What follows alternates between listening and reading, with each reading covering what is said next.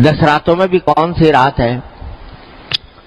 تو متعدد صحابہ کرام کو خواب میں بتایا گیا. ایک صحابی کو بتایا گیا کہ طاق راتوں میں ہے، کسی کو 25 بتایا گیا، کسی کو 27، کسی کو 23 وغیرہ. بہت سارے صحابہ نے آ کے بتایا کہ ہمیں خواب میں اس طرح دیکھا ہے کہ ليلۃ القدر فلاں رات میں ہو. تو رسول کریم صلی اللہ علیہ وسلم نے خطبہ دیا اور اس میں فرمایا کہ میں نے دیکھا ہے کہ صحابہ کرام کے خواب سب کے سب ایک بات پر متفق ہیں، وہ یہ کہ طاق راتوں میں ہے، طاق راتوں میں ہے. سب کے خواب اسی پر متفق ہو گئے. اور مجھے بھی اللہ تبارک و تعالیٰ نے یہ علم عطا فرما دیا کہ طاق راتوں میں ہے، لہذا اب تم طاق راتوں میں شمار کرو، وہ تلاش کرو، 21، 25، 23، 25، 27، 29 اس میں تلاش کرو. خواب کی وجہ سے نہیں، یاد رکھو خواب کوئی شریعت میں حجت نہیں ہوتا، خواب سے کوئی شرعی مسئلہ ثابت نہیں ہوتا. اور جو لوگ خوابوں کی کشف کی بنیاد پر کوئی فیصلے کرتے ہیں وہ دھوکہ دیتے ہیں. حقیقت میں اس کے اوپر کوئی حجت، کوئی شریعت کا فیصلہ دار و مدار اس کا خواب پر کشف پر نہیں ہوا کرتا. لیکن رسول کریم صلی اللہ علیہ وسلم جب تصدیق فرما دی کہ ہاں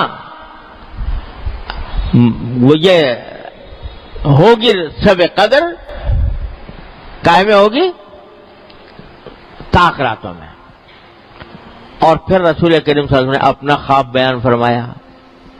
صحابہ کرام کا خواب تو حجت نہیں تھا، لیکن نبی کا خواب حجت ہوتا ہے. اپنا خواب بیان فرمایا کہ میں نے خواب میں یہ دیکھا ہے، مجھے یہ بتایا گیا ہے کہ جس رات شب قدر آئے گی اس سال، یعنی اس سال جس سال آپ یہ بات کر رہے ہیں، جس رات شب قدر آئے گی اس وقت اے میرے پیغمبر صلی اللہ علیہ وسلم، تم اس روز پانی اور کیچڑ میں سجدہ کرو گے. یہ صبح آپ نے اعلان فرمایا کہ جس رات شب قدر ہوگی اس رات تم پانی اور کیچڑ میں سجدہ کرو گے. کیا مانا؟ بارش ہوگی، کیچڑ ہو جائے گا مسجد کے اندر اور تم اس میں سجدہ کر رہے ہوگے.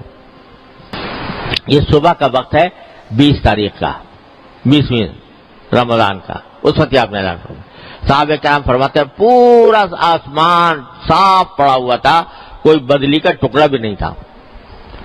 شام کو جب وقت شام کا آتے چاروں طرف سے گھٹائیں امڑی، بارش برسی، یہاں تک کہ مسجد نبوی کا فرش جو ہے وہ اس میں گیلا ہو گیا. نبی کریم صلی اللہ علیہ وسلم نے جب نماز پڑھائی، آپ نے پیشانی مبارک زمین پر رکھی تو پیشانی مبارک پر پانی اور کیچڑ کے آثار نظر آ رہے تھے. اور یہ جو فرمایا گیا تھا کہ تم پانی اور کیچڑ میں سجدہ کرو گے، وہ رات میں یہ منظر نظر آ گیا. پتہ چل گیا کہ یہی رات شب قدر تھی. وہ تھی 21ویں شب. 21ویں شب کو یہ واقعہ ہوا. پھر اس کے بعد رسول کریم صلی اللہ علیہ وسلم نے مختلف راتوں سے مختلف احادیث مروی ہیں، لیکن ساری روایات کو مد نظر رکھ کر بزرگوں نے جس بات کو صحیح قرار دیا ہے، راجح قرار دیا ہے، وہ یہی ہے کہ کسی ایک رات میں متعین نہیں ہے. کبھی 21 میں ہوگی، کبھی 23 میں ہوگی، کبھی 25 میں ہوگی، کبھی 27 میں ہوگی، کبھی 29 میں ہوگی. کسی سال کسی رات میں، کسی سال کسی رات. تو بھائی یہ اللہ تعالیٰ کی نعمت آنے والی ہے، اس کو فضول ضائع کرنے سے بچانے کی ضرورت ہے. کیا کریں اس میں؟ رات کے وقت میں جاگنا جتنا ہو سکے. اس جاگ کر اس کو میلے ٹھیلوں کی نظر نہ کرو خدا کے لیے کہ چراغاں ہو رہا ہے اور جلسے ہو رہے ہیں اور تقریریں ہو رہی ہیں اور تقریب ہو رہی ہے اور دعوتیں ہو رہی ہیں اور دیگیں چڑھ رہی ہیں اور برتن کھنکھنا رہے ہیں اور اس کا انتظام ہو رہا ہے. ساری رات ضائع ہو گئی اسی میں. ارے بھائی یہ اللہ تعالیٰ کی نعمت ہے. یہ ایسی رات ہے کہ اس میں بندہ ہو، اس کا اللہ ہو، بس کوئی تیسرا حائل نہ ہو بیچ میں. بندہ اور اس کا اللہ، بس آپس میں براہ راست رابطہ قائم کرو. کس طرح کرو؟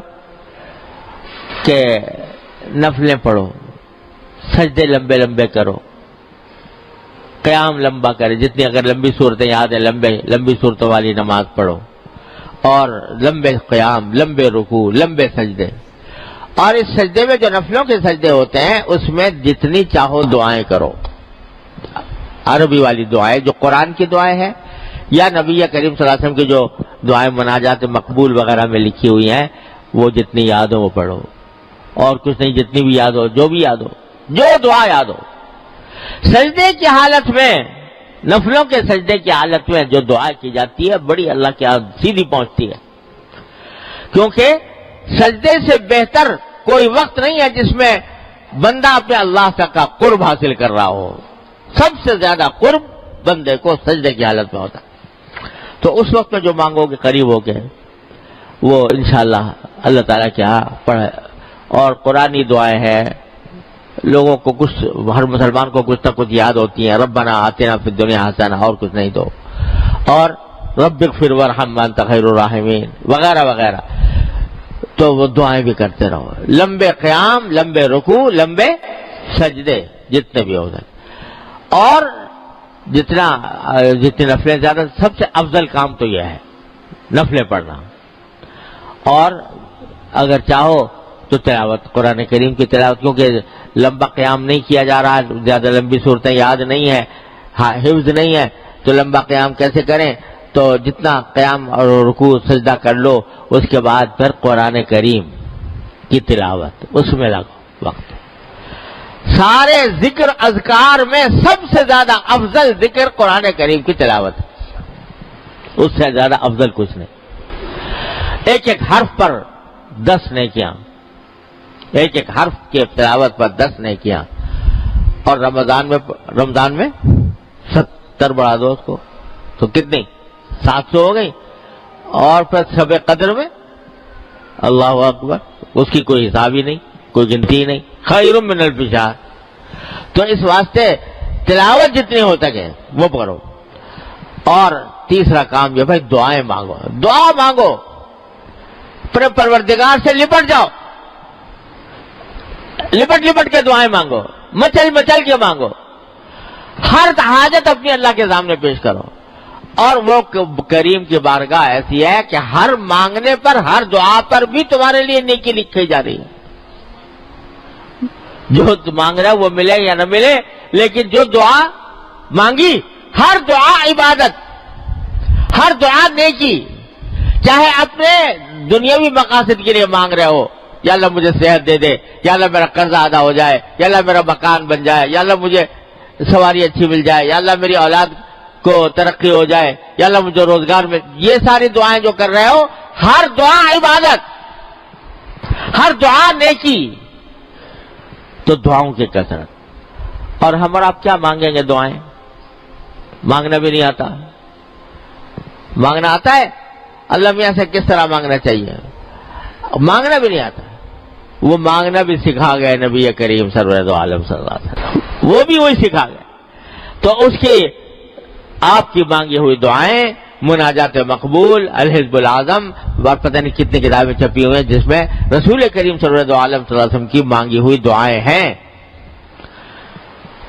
وہ ایسی دعائیں ہیں کہ ہمارے آپ کے تصور میں بھی نہیں آ سکتی تھی، جو سرکار دو عالم صلی اللہ علیہ وسلم سکھا گئے. دنیا اور آخرت کی کوئی بھلائی ایسی نہیں ہے جو آپ نے مانگ نہ لی ہو. ہمارے تصور میں بھی نہیں آ سکتی تھی جو سرکار دو عالم صلی اللہ علیہ وسلم نے ہمیں مانگ کے بتا دی. یہاں تک مانگ لیا اللہ میں نے، حضور اقدس صلی اللہ علیہ وسلم نے، کہ یا اللہ خشکی میں، سمندر میں آپ کا کوئی بندہ، کوئی بندی جو بھی کوئی دعا مانگ رہا ہو، جو چیز اچھی اس نے مانگی ہو، اے اللہ میں بھی اس کا محتاج ہوں، وہ مجھے بھی دے دے، وہ بھی مجھے دے دے. اس سے زیادہ اور کیا مانگے گا کوئی آدمی؟ یہ بھی مانگ کے بتا دیا کہ یا اللہ آپ کے نبی کریم صلی اللہ علیہ وسلم نے جتنی دعائیں مانگی، جتنے کام، جتنی اچھائیاں مانگی، یا اللہ وہ سب میں مجھے دے دے. جتنی برائیوں سے نبی کریم صلی اللہ علیہ وسلم نے پناہ مانگی، اے اللہ میں ان سب کی پناہ میں آپ کی پناہ مانگتا ہوں، اس سے وہ دے دے. کوئی گوشہ چھوڑا نہیں، دنیا آخرت کی بھلائی کا کوئی گوشہ چھوڑا نہیں جو آپ نے مانگا نہ ہو. لہذا وہ دعائیں مانگیں.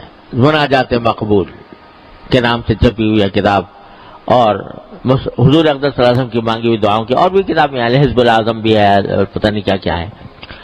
تو وہ اس میں یہ 3 کام ہیں کرنے کے. اور چلتے پھرتے اٹھتے بیٹھتے بہرحال انسان کی ضرورت ہے، کبھی اٹھتا ہے کبھی بیٹھتا ہے کبھی. تو چلتے پھرتے اٹھتے بیٹھتے کلمہ، تیسرا کلمہ سبحان اللہ والحمد للہ ولا الہ الا اللہ واللہ اکبر وللہ الحمد، یہ کل چلتے پھرتے زبان پہ ہو. یہ 4 کام ہیں، اس میں گزار دیں رات. نفلیں، تلاوت، دعا، اور چلتے پھرتے اٹھتے بیٹھتے ذکر اللہ تبارک و تعالیٰ کا. اللہ تبارک و تعالیٰ اس طرح اگر رات گزار لی تو امید ہے اللہ کا شکر. کیا امید ہے؟ کہ اگر 1000 مہینے تک راتیں اس طرح گزاری ہوتی تو اس سے بھی کہیں زیادہ فضیلت اور اس سے بھی زیادہ کہیں اجر اور فائدہ حاصل ہوگا اس ایک رات میں. تو چلو بھائی پتہ نہیں ہے کون سی ہے، تو 5 ہی تو راتیں ہیں نا، 21، 23، 25، 27 اور 29. ان 5 راتوں کو اس طرح گزارنے کی کوشش کر لیں. اللہ تبارک، جو لوگ ماشاءاللہ اعتکاف کی نیت میں کیے ہوئے ہیں، اعتکاف کر رہے ہیں، انشاءاللہ ان کے لیے تو بہت ہی عظیم فضیلت ہے کہ سارا وقت ان کا عبادت ہی میں گزرے گا. اگر فرض کرو سو بھی رہے ہوں اعتکاف کی حالت میں تو وہ بھی عبادت میں لکھا جائے گا کیونکہ اعتکاف میں ہے. اس واسطے ان کو تو ہے ہی. اور اگر نہیں اعتکاف تب بھی ان 5 راتوں کے اندر ان کاموں کا اہتمام کر لے. اللہ تبارک و تعالیٰ اپنے فضل و کرم سے مجھے آپ کو سب کو اس کی توفیق عطا فرمائے اور اس کے انوار و برکات سے ہم سب کو سرفراز فرمائے. وآخر دعوانا الحمدللہ.